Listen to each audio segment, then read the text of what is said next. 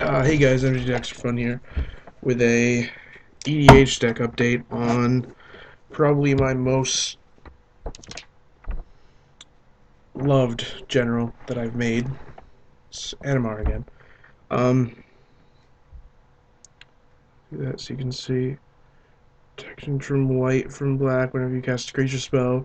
Put a 1/1 counter on him, and creatures cost 1 less to cast for each 1/1 counter on Animar. And he's a 1/1 for a green, a red, and a blue. Now, what makes him really good is notice how it says when you cast.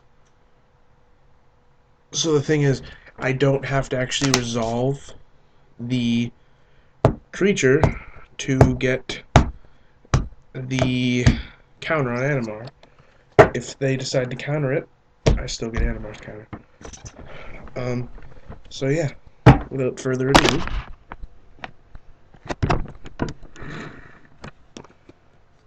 we have now for basics.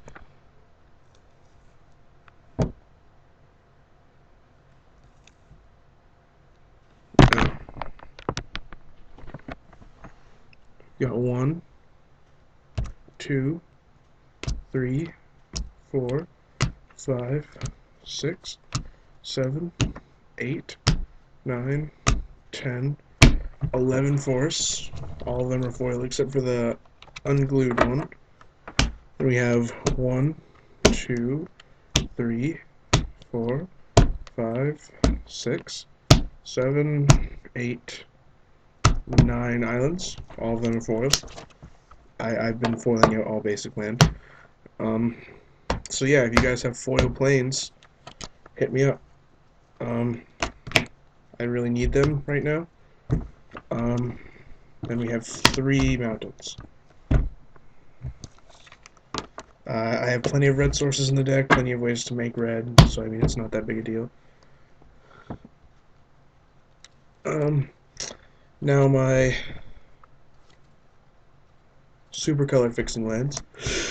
We have Command Tower, obviously. I don't know if you can see that. I think most people know what Command Tower does anyway. City of Brass. Reflecting Pool is another new one I got.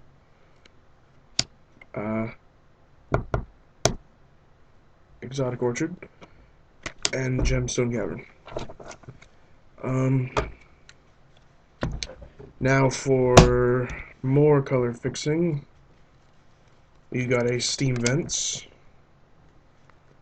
a Sulphur Falls, a Rootbound Crag, and a Hinterland Harbor.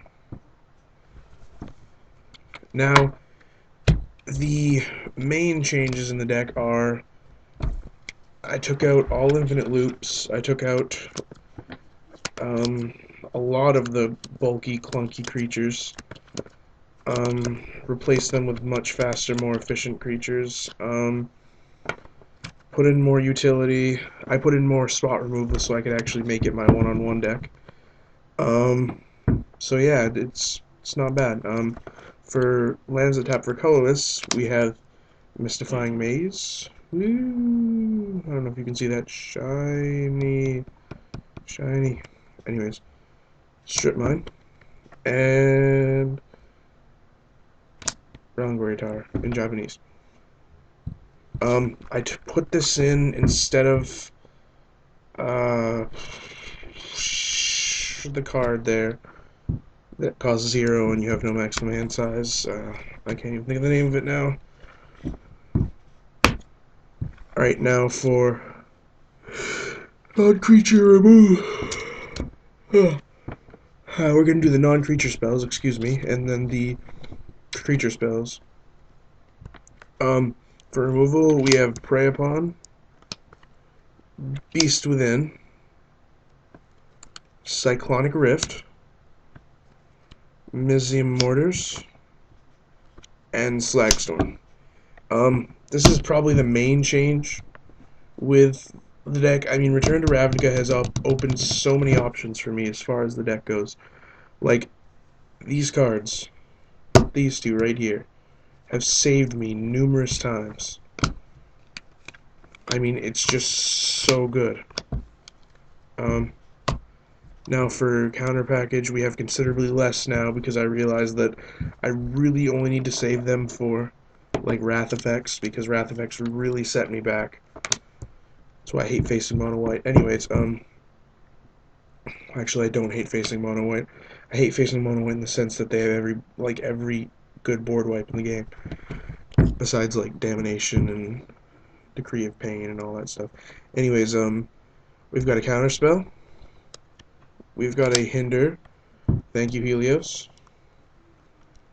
Uh, we've got a spell crumple, and we've got a dissipate.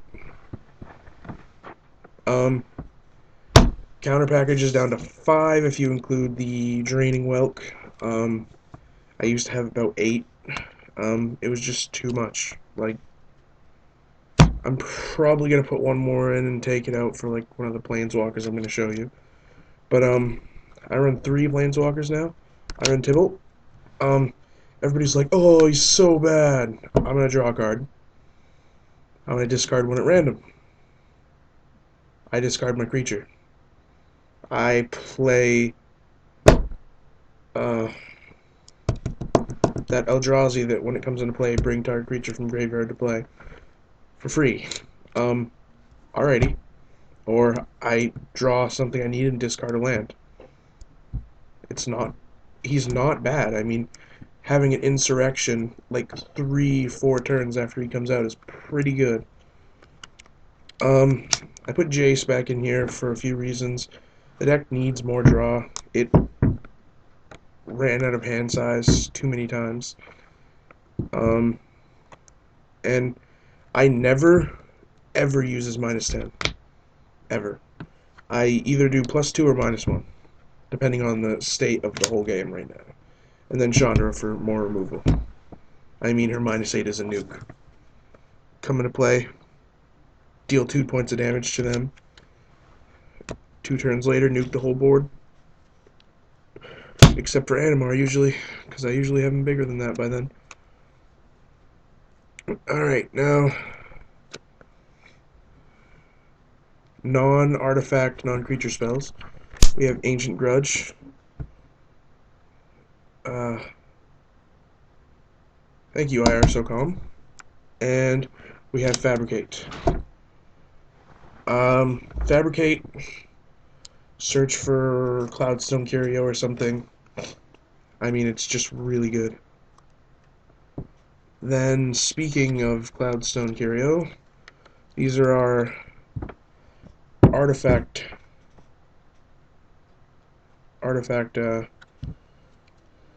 combo things here. Cloudstone Curio. I can go infinite still, but I made it so it's almost 100% impossible for me to pull off. Like, I have to get Ulamog, and I have to get the other Eldrazi that I have here in order to infinitely loop. But I haven't done it. Ever.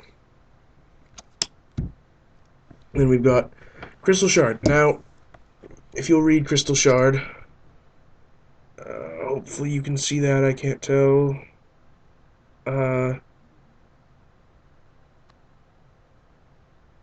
But anyways, you pay 3 or a blue, tap it, return target creature to its owner's hand unless its controller pays 1. I target my creature, then play it again. Animar gets more counters. Say I have nothing in my hand, I can just use that. And now, Birthing Pod. There's a lot of creatures that only have good come into play effects. And then after that, they're not very good. So what I would do, say, what is it called? Bloodbraid Elf. Say I play Bloodbraid Elf. And then after its ability goes off, I would tutor for probably Thragtusk or something. So, I mean, it's just so good in this deck. Like, not even, I wouldn't change. I would never take that out, actually. Now, oh, balls. Yeah, we're good. Now we have a small little Trinket Mage package. I took out Treasure Mage too because was only fetching one thing after I fixed it up again, and it just wasn't, because sometimes I'd have it in my hand and then it would just be stupid. We have Lotus Petal. We have Sensei's Divining Top. We have Soul Ring. I had Mana Vault in here, but I took it out because it was too slow. Then we have Seed of the Synod, and the thing is, like, Soul Ring isn't even that good in here. Like, colored mana is so crucial. It's not even, like, Soul Ring isn't even really relevant. And then we've got Seed of the Synod. I'm looking for the green and the red artifact lands, so I can have automatic color fixing with Trinket Mage.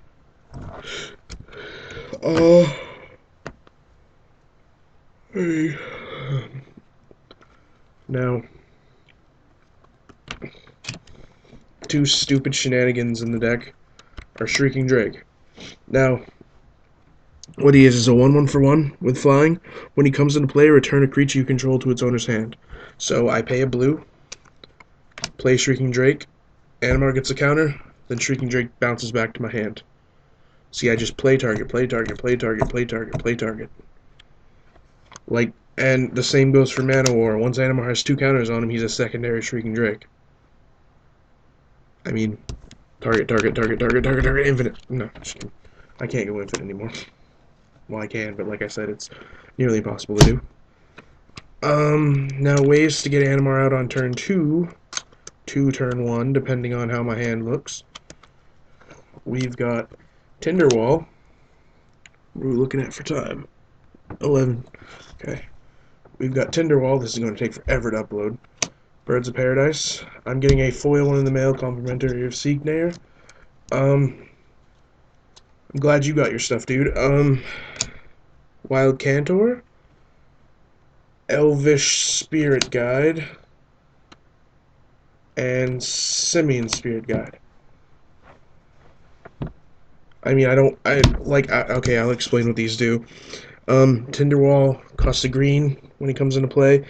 And then you can pay 0 to sack him and add 2 red to your mana pool, which the red is really helpful. Or you can pay a red, sacrifice him, and have him 2 damage to target creature. It blocks. So it's a good way to get rid of little chumpy chumps that try to swing through. We have Birds of Paradise. Tap, add 1 mana of any color to your mana pool. If you're running green, he has to be in there, or you suck. No, I'm just kidding. I don't mean that to anyone. He's just so good. It would hurt yourself not to run him. And then we've got, I hope there's not a glare on this junk.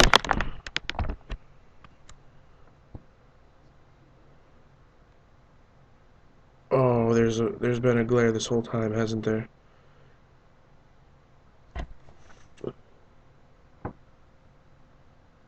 Wild Cantor, sack it, add 1 mana of any color to your mana pool, comes into play for a green or a red. And then the 2 Spirit Guides, remove them from your hand, add a red or a green to your mana pool. I can do this all in one part now because I freaking did my cell phone thing. Now, for 2 drops, I put them in Birthing Pod chronological order. We have Phyrexian Revoker if it's blue or targeting Jace, the Mind Sculptor. Sakura Tribeller, just rampant growth on a body. Elvish Visionary, and Cloud of Fairies. Cloud of Fairies, when it comes into play, untap 2 lands, or you can cycle it for 2, and it costs 2 to come out, and it's a 1/1 with flying. It'll cost 1 with flying, and then I tap, and I can add 3, and it just becomes really ridiculous. I'm also looking for Great Whale and Peregrine Drake, I believe is what they're called. Anyways, we have Eternal Witness. Don't know how I feel about her in here, but she's just been in here because.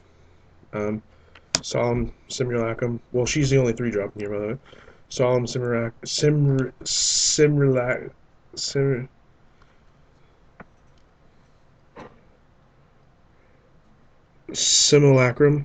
Solemn Simulacrum.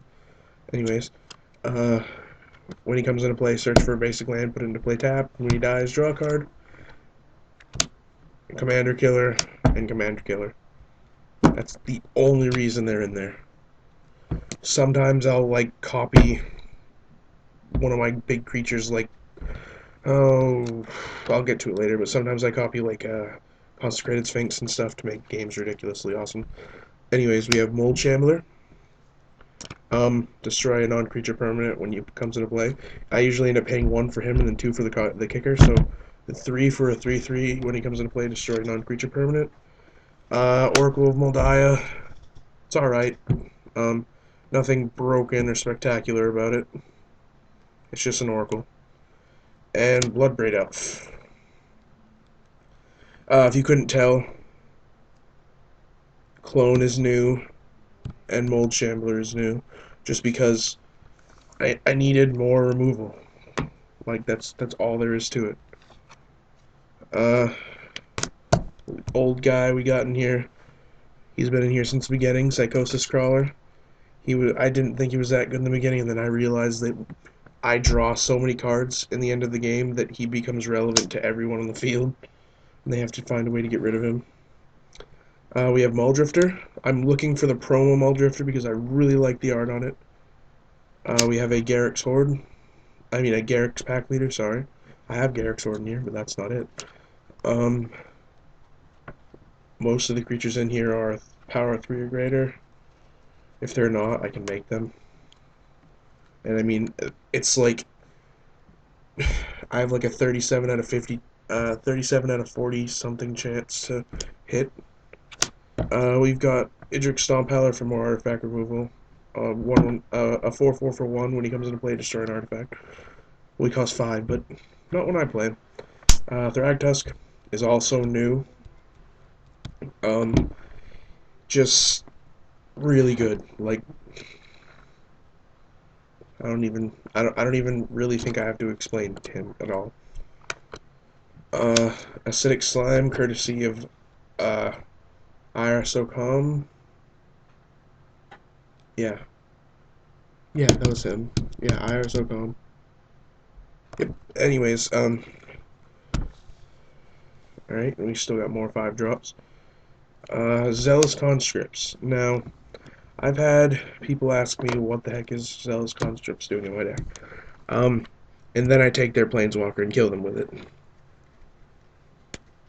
That's all that needs to be said there.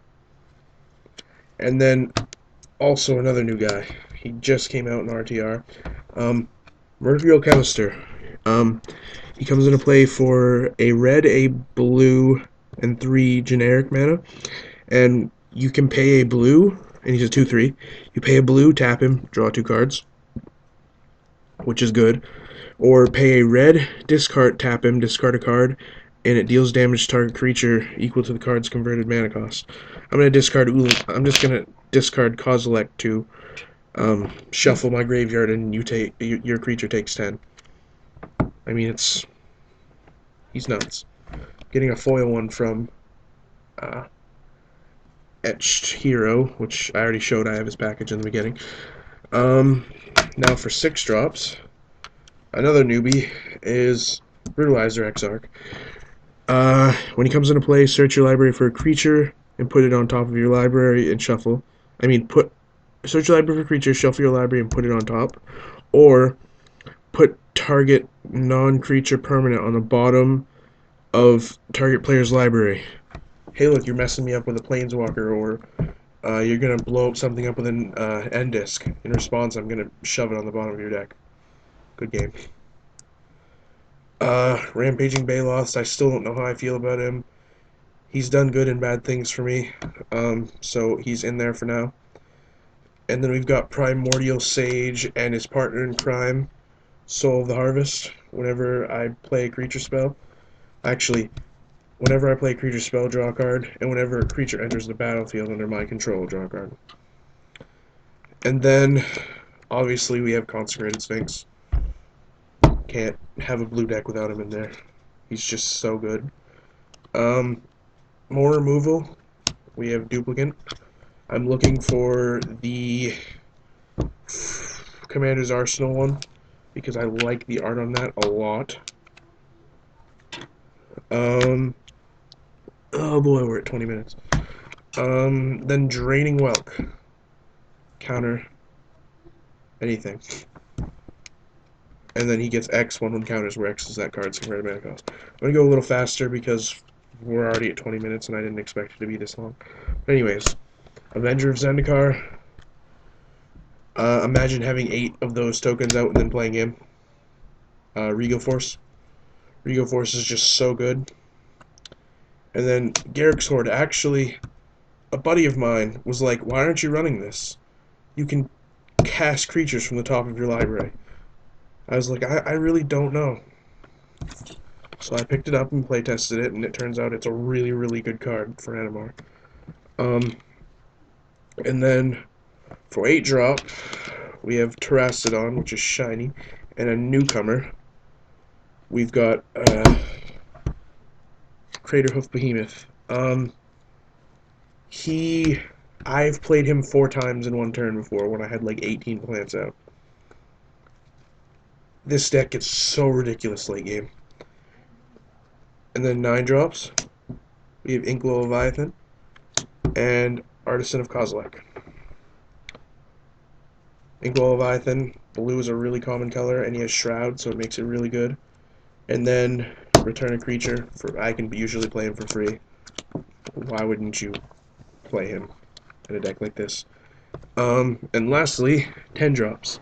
We've got Ginger Taxus, because I always like refilling my hand. And then we've got Kozilek, because again, I always like refilling my hand, and playing a 12/12 for free is pretty legit. So yeah, guys, thank you for watching my Animar EDH update. Every time one of my EDH decks goes through a major change, like I said before, I'll be posting a video. Kemba will be up sometime this week because I changed her a lot, actually. Like, I added a bunch of different creatures as opposed to all soldiers. I took out most of the soldier stuff. I added in a couple different equipment that I needed before. More Wrath effects, more Wrath effects, more Wrath effects. So yeah, thanks for watching and have a nice night, guys.